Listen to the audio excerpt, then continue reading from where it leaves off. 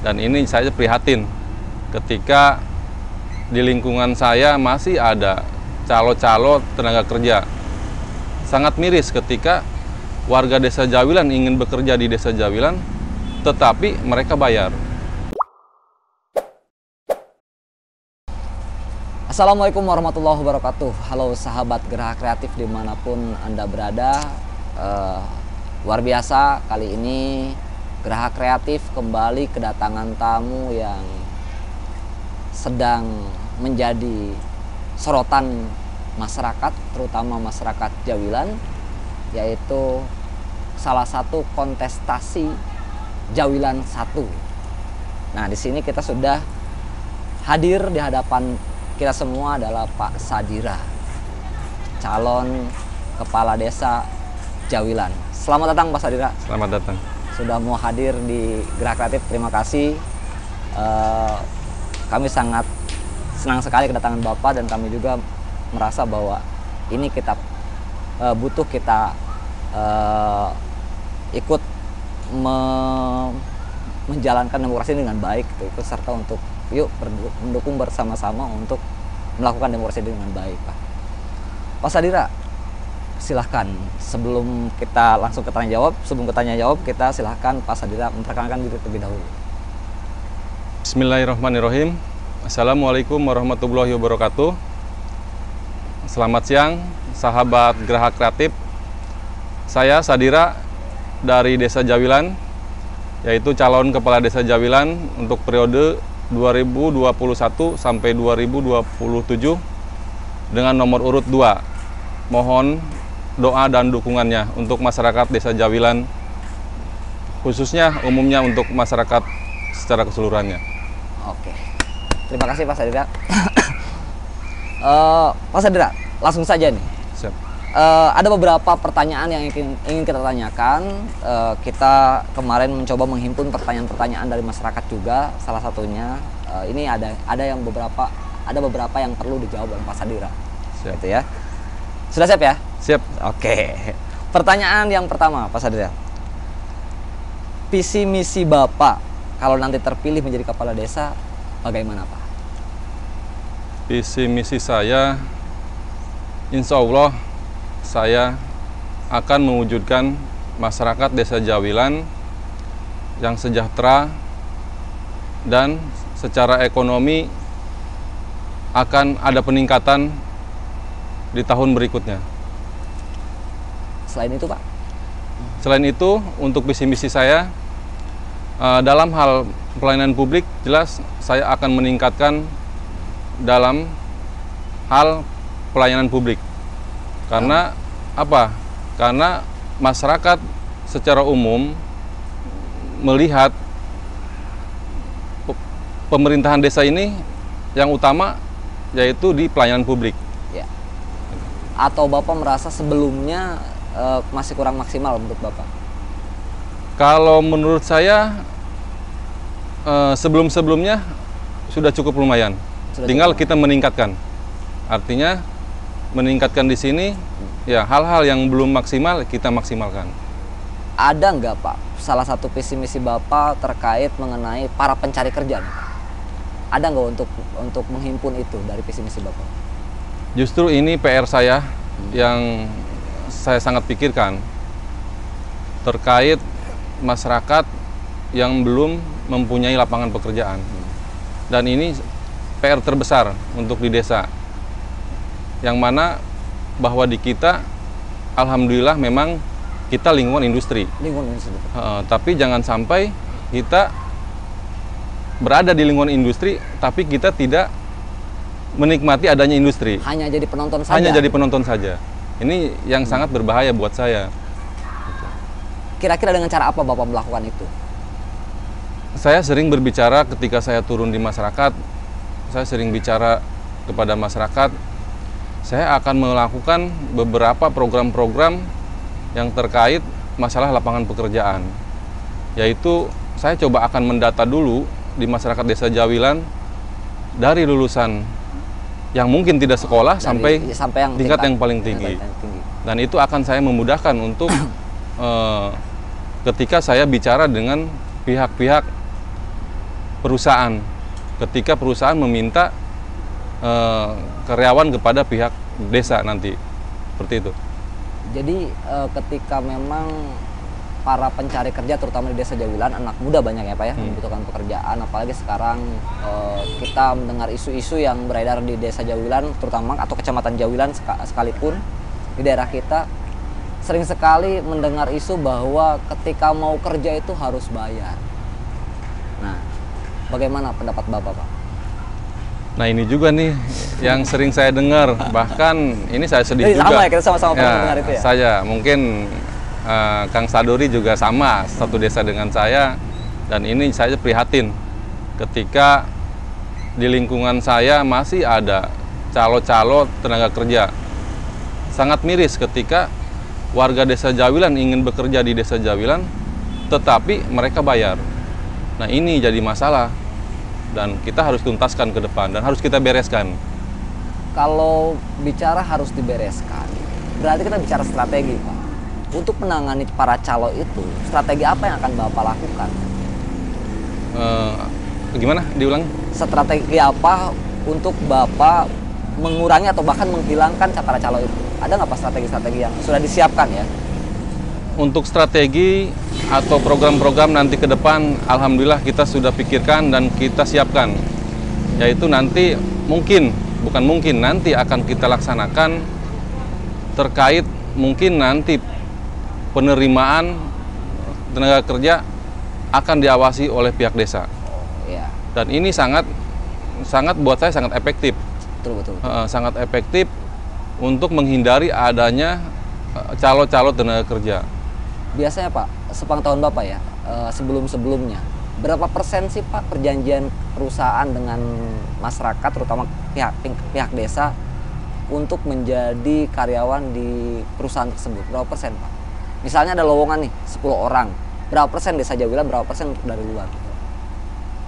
Kalau misalkan perjanjian pemerintahan desa yang sebelum-sebelumnya saya belum hafal, belum tahu. Cuma nanti, nanti akan saya akan ketika saya jadi, ya saya akan terus menerapkan, ya ketika misalkan warga Desa Jawilan mungkin yang ingin bekerja, ya jelas itu harus lebih maksimal. Mungkin harus 70% Desa Jawilan, di luar itu 30% untuk bisa jadi kalau mungkin luar. 30% tenaga ahli lah ya, karena mungkin masih kurang lah di daerah kita untuk tenaga ahli. Tapi ada kemungkinan nggak kira-kira tenaga ahli juga bisa dari kita Pak? Kalau saya lihat Desa Jawilan tingkat pendidikan sekarang sudah lumayan bagus, merata ya, lihat, sudah merata, dan makanya saya pikirkan juga nih rekan-rekan misalkan di Desa Jawilan khususnya untuk anak-anak muda yang sudah punya pendidikan tinggi tapi belum bekerja. Nah, ini akan saya pikirkan. Sayang juga kan rekan-rekan yang harus cari tahu solusinya dan masalahnya apa sih gitu. Betul. Permasalahan yang sangat yang kita sendiri harus merincikan ya Pak. Betul. Gitu. Makanya tadi saya bilang saya coba akan mendata nanti ke depan berapa persen lulusan yang dari yang mungkin tidak sekolah sampai SMP sampai SD gitu. Betul. Ya. Nah, sekarang kan dengar-dengar bahwa untuk masuk perusahaan itu harus minimal kan SMA. Betul. Ya, minimal SMA. Dan apa kabar dengan yang lulusan SMP gitu? Ada nggak strategi khusus Bapak untuk menangani itu? Bisa jadi misalkan tidak dengan perusahaan atau dengan cara lain gitu. Kalau masalah aturan perusahaan, memang itu aturan yang sekarang banyak diterapkan di perusahaan. Artinya pendidikan minimal harus SMA. Tetapi saya coba akan melakukan pendekatan secara persuasif ke pihak perusahaan, dan ketika misalkan masyarakat Desa Jawilan yang belum mempunyai atau tidak mempunyai ijazah tapi punya keahlian, ini akan bisa masuk. Gitu ya? Kenapa tidak bisa masuk di perusahaan? Karena kan sekarang yang dibutuhkan justru skillnya gitu ya. Betul. Kadang ijazah mungkin tidak terlalu ini ya. Tapi kan terkait itu Pak, kalau kita bicara soal pekerjaan, berarti kita juga bicara soal pendidikannya nih Pak. Betul. Jangan sampai terulang lagi, masih ada zaman sekarang yang tidak masuk SMA, belum sekolah, padahal kan secara ini sekolah tuh pendidikan sudah membuka ruang sebesar-besarnya untuk ayo sekolah, karena biaya tidak terlalu besar kan. Betul. Ada tidak program Bapak terkait mengenai pendidikan? Untuk masalah pendidikan memang ini sangat penting ya, karena yang dibilang tadi sekolah untuk di pabrik aja kita harus pakai ijazah, bahkan ijazahnya harus SMA. Nah ini yang sering saya bilang, kadang saya turun ke masyarakat, saya menyampaikan bahwa ke masyarakat khususnya ke orang tua, tolong anak-anaknya biar bisa sekolah apapun kondisinya gitu, karena memang ya kita sekolah banyak program-program ya untuk kemudahan untuk sekolah. Iya. Itu. Sekarang udah tidak sulit lagi Ya, sekolah. jadi tidak ada alasan lagi tidak mau betul, sekolah gitu ya. Betul, nggak ada tinggal alasan lagi. Maunya aja. Tinggal maunya gitu. aja. Nah, berarti nanti Pak Sadira juga akan, jika terpilih, akan ikut serta mengimbau kepada generasi milenial, terutama generasi muda untuk yuk sekolah gitu ya. Udah pasti. Dengan caranya ya. Udah pasti. Nah selain itu Pak, di lini kesehatan Pak, ada tidak program Bapak ataupun visi misi Bapak terkait kesehatan? Untuk kesehatan ini sebenarnya juga sangat penting, karena apa? Untuk program kesehatan di masyarakat kita memang ini sangat utama, apalagi masyarakat yang punya ekonomi punten, istilahnya ekonomi yang masih di bawah. Dan ini program-program dari pemerintah jelas harus merata, gitu, dan harus benar-benar bisa dinikmati oleh warga desa Jawilan khususnya. Apalagi ada program BPJS itu Pak. Ya. Masyarakat Jawilan kebanyakan memiliki BPJS atau tidak sih? Memang begini, untuk program BPJS di desa Jawilan saya pikir memang sudah lumayan maksimal. Sudah mulai maksimal. Tapi memang ada mungkin yang belum membuat atau misalkan bahkan kesadaran dari masyarakat sendiri belum begitu. Kadang mungkin masih ada. Buat apa bikin BPJS biar mah ribet katanya. Nah, bisa ada jadi. begitu. Nah, Ada. Bagaimana cara Bapak untuk mengimbau yang seperti itu, Pak? Makanya saya sering juga ngomong ke masyarakat, ya utamakan coba koordinasi sama pihak desa, pihak desa atau pihak di pihak kesehatan untuk bisa memiliki BPJS kesehatan. Artinya ini jangan sampai ketika sakit baru kita ribut BPJS. Itu yang jadi masalah. Betul. Gitu. Pihak desa yang istilahnya. Ya kan ada juga kalau tidak salah ada BPJS dari pemerintah ya yang gratis dan tidak bayar. Gitu. Ada itu. Ya? Dan itu mungkin masyarakat Jawilan sebagian mungkin punya ya. Punya. Apalagi yang mohon maaf dengan latar ekonomi yang di bawah rata-rata ya. Itu pada punya. Tetapi tadi itu kendalanya tadi kemungkinan ya masyarakat kurang begitu sadar tentang bagaimana sih pentingnya menggunakan BPJS, dan mungkin tata caranya juga masyarakat belum begitu paham. Apakah ada pendampingan dari pihak desa jika ada yang mengalami seperti itu, sakit dan membutuhkan penanganan menggunakan BPJS? Nah, yang saya lihat ini PR buat ibu-ibu kader. Buat ibu kader. PR ibu-ibu kader. Ketika masyarakatnya belum memahami tentang proses BPJS, entah penggunaan atau misalkan entah itu untuk pembuatannya. Nah, ini mungkin sangat dibutuhkan penjelasan dari pihak rekan-rekan kader di bawah nanti di desa. Itu juga jadi PR untuk PR, betul. kepala desa selanjutnya ya. Betul. Gitu. Ini makanya yang saya bilang kepala desa ke depan memang ya ini multi talent, harus benar-benar mengerti semua ya ya masalah-masalah di bawah ya yang benar-benar harus kita perbaiki untuk ke depan. Nah, ya Pak, terkait soal sakit ya, penyakit, dan sekarang kan ada wabah yang sangat saya pikir menggelisahkan sekali ya. Ada COVID-19 dan akhirnya berdampak pada segala lini, termasuk perekonomian masyarakat juga akhirnya terhambat. Betul. Apa sih cara Bapak, punya strategi apa sih untuk meningkatkan kembali perekonomian masyarakat Jawilan? Jadi memang ini yang kita tahu untuk masalah virus corona ini atau COVID-19 ini menjadi masalah dunia dan juga sangat kita rasakan. Jadi dampak dari adanya virus corona ini sangat kita rasakan, ya baik itu di di tingkat dunia ataupun kita paling bawah di desa terkait masalah ekonomi yang benar-benar berdampak. Ya, ekonomi kecil pun sangat berdampak. Betul, ini. Sangat. Makanya saya juga berharap kepada masyarakat lebih kreatif.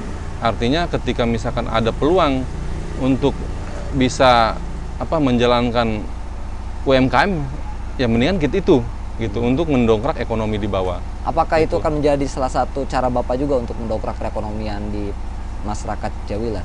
untuk membentuk UMKM atau apa? Yang pasti saya coba akan melakukan itu, artinya, nah ini juga menjadi PR saya ke depan, selain nanti lapangan kerja juga yang benar-benar saya akan benar-benar mengawasi untuk masalah lapangan kerja, dan UMKM ini mungkin jadi senjata untuk meningkatkan ekonomi yang lebih baik. Betul. Nah, kan terkait mengenai UMKM Pak, di kita seperti pedagang-pedagang kaki lima ya, Betul. mungkin itu merasakan sekali dampaknya Sangat. di Desa Jawilan ya terutama. Nah berarti apakah Bapak akan selain UMKM dan lain-lain, ada sesuatu yang lain nggak yang bisa Bapak lakukan ketika sudah terpilih nanti di 100 hari kerja Bapak gitu? Apa yang kira-kira akan Bapak lakukan di 100 hari kerja Bapak nanti terkait masalah pandemi ini? Untuk masalah program 1 hari kerja saya, 100 hari kerja. 100 hari kerja saya, nah jelas ini menjadi ujian buat saya nanti terkait masalah adanya dampak ekonomi terkait masalah untuk COVID-19 Jadi ada ya ini. sesuatu yang akan dilakukan. Akan ada program yang saya lakukan Di 100 hari kerja di jika 100 hari terpilih kerja, ya. betul. Dan kemudian Mbak, sekarang lagi rame-ramenya nih para calon untuk mempersiapkan diri bagaimana mencari simpati masyarakat ya, Betul. atau mencari apa yang dibutuhkan oleh masyarakat. Strategi apa sih yang sekarang Bapak sedang lakukan untuk menggait hati masyarakat? Ada tidak strateginya? Dengan cara apa Pak? Untuk strategi ke masyarakat, jelas saya yang selama ini saya lakukan, saya melakukan silaturahmi ke masyarakat. Ya. Jadi saya akan lebih tahu keluh kesah masyarakat di situ apa, terkait masalah lapangan kerja kah, atau terkait masalah program-program kesehatan. Nah itu saya akan lebih tahu, atau misalkan masalah jalan, Betul. infrastruktur. Jadi lah kalau ketemu langsung masyarakat kita bisa tahu nih Bisa apa tahu. kebutuhan mereka Bisa gitu ya. tahu, kita bisa tahu. Dan biasanya ketika para calon datang ke masyarakat itu sangat lagi viral sekarang tongkrongan liwetan Pak. Betul. Beneran. Jadi, Aduh. kalau ada calon kita ngeliwet nih. Iya. Nah, itu kan lagi rame. Apakah Bapak ketika ada liwetan itu Bapak mengambil kesempatan untuk mencari tahu juga gitu ya, mencari tahu apa sih yang mereka butuhkan ya? Masalah liwetan ini ya. Masalah ketika sedang di ngeliwet dengan bersama-sama dengan masyarakat gitu ya. Jadi masalah liwetan memang ini apa ya, salah satu mungkin alat jembatan untuk silaturahmi. Alat tuh, kita silaturahmi, jembatan ya. silaturahmi, artinya kita berkumpul di situ, kita makan bareng, artinya memang banyak Makan nggak makan kumpul. Betul. Tapi harus ada. Banyak hal positifnya memang, banyak Iya, hal iya. positifnya saya pikir. Jadi ya kita hal-hal ini juga yang menjadi ladang untuk menggali informasi Betul. buat saya di bawah ya, ketika Ya, kalau budaya kita kan kalau kita nongkrong lah kita minimal harus ada makanan di Betul. tempat tongkrongan kita ya, ada rokok kopi lah misalnya gitu ya. nggak garing kalau anak Nggak muda. garing ya kalau anak muda kan. Apalagi kalau ketemu anak muda, anak bapak-bapak ya kalau ketemu ya pasti ngerokok lah gitu ya. Betul. Tetapi ada beberapa hal Pak di situ terkait liwetan tadi, tetapi ada yang lebih yang ingin saya tanyakan ke Bapak, mungkin ini agak sensitif Pak ya, terkait kebiasaan atau kebudayaan kita sudah menjadi biasa sebetulnya terkait zebra saat hari H Pak. Atau money politik lah, kita katakan money politik. Menurut Bapak bagaimana money politik dan apa tanggapan Bapak tentang itu? Untuk masalah money politik atau sebraan ini sebenarnya saya juga kurang begitu artinya ini kan sudah melanggar aturan sebenarnya. Nggak boleh sebenarnya kan, nggak boleh. Tapi memang mudah-mudahan kita ya dengan adanya hal seperti itu, saya sering ngasih edukasi ke masyarakat, ya jangan coba berpikir tentang uang, kita berpikir tentang program. Betul. Gitu. Kepala desa ke depan harus punya program, Bukan punya uang. bukan punya uang. Kalau punya uang nggak punya program, sama aja. Buat apa ya? Buat apa? Gitu. Makanya kan saya sering dibawa untuk mengungkapkan hal itu, Walaupun itu agak berat juga karena mindset Mindset masyarakat juga sudah itu, tapi Sudah minimal terbentuk. kita udah ada usaha, Ada usaha untuk menjelaskan ke mengedukasi masyarakat. ya. Betul. Betul. Nah itu kan Pak, ketika mohon maaf ya, ketika para calon sendiri mengeluarkan uang dengan pendapatan kepala desa kan nanti ke depan ya berapalah gitu kan gajinya. Kalau menurut Bapak, bagaimana dengan masalah itu Pak? Ada kemungkinankah kepala desa nanti akhirnya tidak memikirkan masyarakat kalau begitu? Bapak sendiri ya, untuk Bapak sendiri. Kalau saya pribadi mencalonkan diri menjadi kepala desa ini kan saya ingin berbuat di masyarakat. Ingin melakukan sesuatu. Ingin berbuat. Saya sempat kerja di perusahaan swasta dengan gaji lumayan. Alhamdulillah. Ya. Kalau dibandingkan dengan gaji gaji kepala desa mungkin saya lebih tinggi. Jauh banget Gitu. ya. Lumayan lah misalkan kalau saya di swasta. Tapi ini menjadi tantangan buat saya karena saya ingin berbuat di masyarakat. Dan itu juga yang harus dilakukan putra daerah ya Pak ya. Betul. Bapak sebagai putra daerah, Betul. Bapak juga asli Jawilan Pak ya? Betul. Asli Jawilan, orang tua Jawilan semua. Alhamdulillah. Nah terkait mengenai orang tua Pak, saya pengen sedikit menggali informasi tentang masa kecil Bapak nih. Iya. Orang tua sebagai apa sih dulu? Dan bagaimana kehidupan Bapak pada saat masa kecil Bapak? Orang tua jelas saya terlahir dari petani. Terlahir dari petani, saya bukan orang siapa-siapa, tapi orang biasa. Saya punya tekad. Ketika saya besar, saya ingin menjadi orang yang berguna, khususnya untuk keluarga dan masyarakat. Gitu. Dan satu hal Pak, ini boleh dijawab boleh tidak ya? Betul. Ini terkait Bapak secara pribadi Bapak. Betul. Bapak kalau tidak salah beberapa tahun yang lalu pernah mencalonkan sebagai dewan Pak. Betul. Waktu itu mencalonkan dewan kan tinggi levelnya Tinggi, Pak. betul. Sekarang kenapa Bapak mau milih jadi mencalon kepala desa Pak? Saya kemarin sempat 2014 mencalonkan diri menjadi calon dewan di partai tertentu. Saya dan mungkin ini saya kembali menjadi kandidat di Pilkades, ikut di kontestasi Pilkades, karena saya pikir untuk berbuat di mana saja bisa. Betul. Jadi tidak harus jadi dewan. Tidak harus jadi dewan. Justru di kalangan desa pun ya bisa kita lakukan. Karena saya bukan mengejar jabatan. Bukan mengejar jabatan. Karena itu mungkin kesempatan waktu itu saya di dewan, ya hari ini saya harus membuka peluang saya di desa. Di desa. Luar biasa. Amin. Jadi sahabat Gerak Kreatif sudah terjawab ya ketika pertanyaan untuk Pak Sadira khusus. Oke, Pak Sadira, selanjutnya kalau begitu Pak, ada nggak sih Pak untuk mengakhiri obrolan kita, ada sesuatu yang ingin Bapak sampaikan tidak untuk masyarakat? Boleh bicara sebatas himbauan ataupun mengajak untuk memilih Bapak. Silahkan statement closingnya hadap sini Pak. Assalamualaikum warahmatullahi wabarakatuh. Selamat siang untuk masyarakat Desa Jawilan. Saya Sadira, calon kepala Desa Jawilan nomor urut 2. Saya memohon doa dan dukungan dari masyarakat Desa Jawilan khususnya dan pada umumnya masyarakat secara keseluruhan.